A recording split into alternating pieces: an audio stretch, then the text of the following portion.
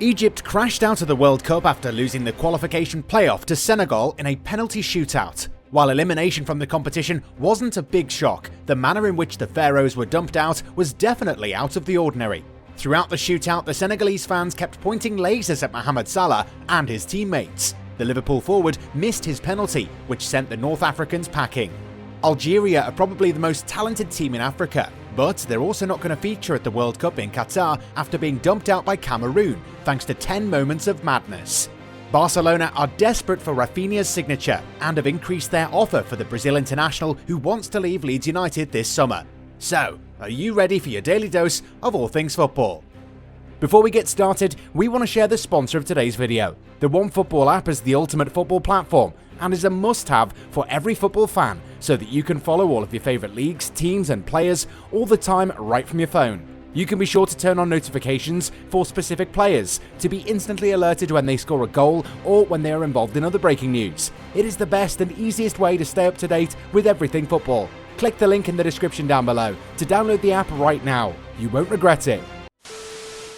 Jamel Belmadi on his knees on the pitch of the Shakhtar Stadium in Blida. This will remain one of the iconic images of the year. Eliminated from the 2022 World Cup in Qatar with his men, the Algerian coach was both inconsolable and circumspect.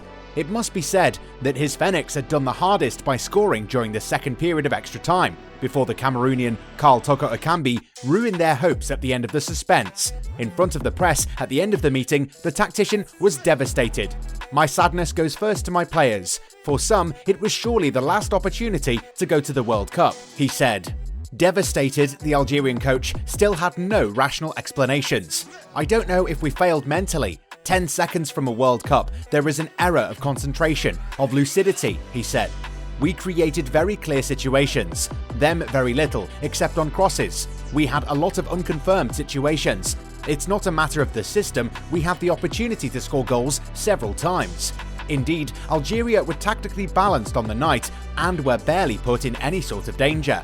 The Cameroonians never really dominated them, but it was those 10 seconds where they lacked precision. Football can be so cruel at times, but for Algeria, they have to feel that the most deserving team is not going to feature at the World Cup later this year. To be honest, we expected the Algerians to secure their place in Qatar, but it appears that it was one of those games where the better team did everything right and was paid rather cruelly for a couple of moments which on another day couldn't have been as calamitous. FC Barcelona sees far at the moment. Currently third in La Liga, 12 points behind the leaders Real Madrid, it seems that the league title is escaping them this year, but Laporta has already warned. He wants to play for league glory every season. The current workforce could claim this, but poor performances at the start of the season seems irredeemable to fill. It is now a question of betting on next season.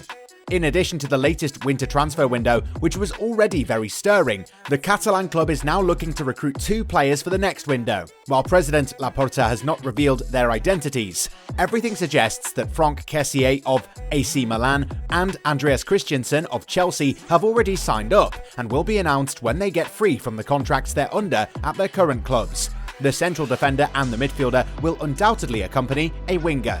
With the very probable departure of Ousmane Dembele at the end of his contract in June, Barcelona have made Rafinha a priority at the moment.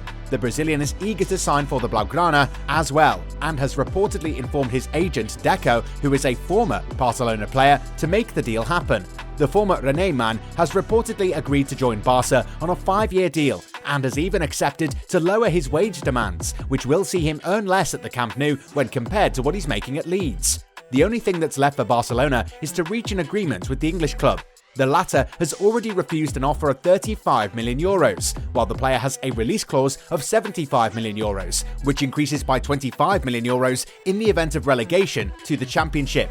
According to Sport, Barca returned to the charge with a proposal of €50 million plus bonuses. Not really in need of fresh money, Leeds could well play the competition to get as much money out of a potential sale as they can. So far, we know 27 of the 32 teams that have qualified for the next 2022 World Cup in Qatar. So many nations who dream of succeeding the winning French team in Russia 4 years ago. But before being able to lift the Holy Grail, we will have to go through a draw, which will be organised next Friday in Doha. As a reminder, the 32 nations present will be divided into 4 pots, and each pot will be composed according to the FIFA ranking, except for Qatar, who are automatically seeded as the host country. Excellent news for the Blues, who are guaranteed to be in Hat 1. They will thus avoid Belgium, Brazil, Argentina, England, Spain and Portugal. Practical when you know that in the 8 teams of Pot 2, the only scarecrows will be the Netherlands and Germany. Not yet officially qualified, the United States and Mexico should not miss their plane for Qatar, since they would have to lose very heavily against Costa Rica and El Salvador to see their dream shattered. Barring a cataclysmic event, they will therefore be in Pot 2.